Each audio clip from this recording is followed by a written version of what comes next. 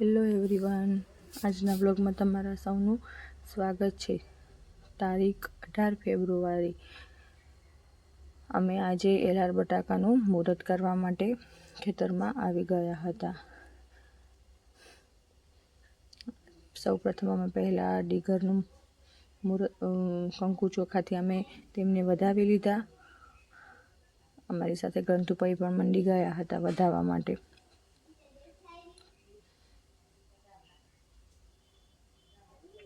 પછી મેં અગરબત્તી પણ પ્રગટાવી લીધી અને ખેતરમાં પણ ફેરવી દીધી।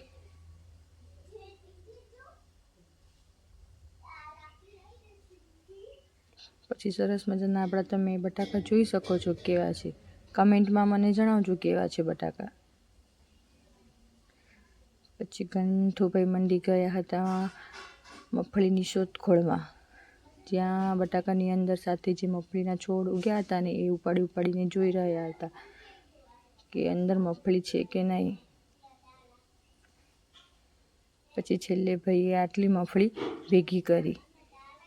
તમે જોઈ શકો છો કે શિયાળામાં પણ કેવી સરસ મજાની મગફળી લાગી છે। તો શિયાળામાં પણ મગફળી થઈ શકે। એક મગફળીની છોડની અંદર 10 થી 12 જેવી મગફળી લાગેલી છે।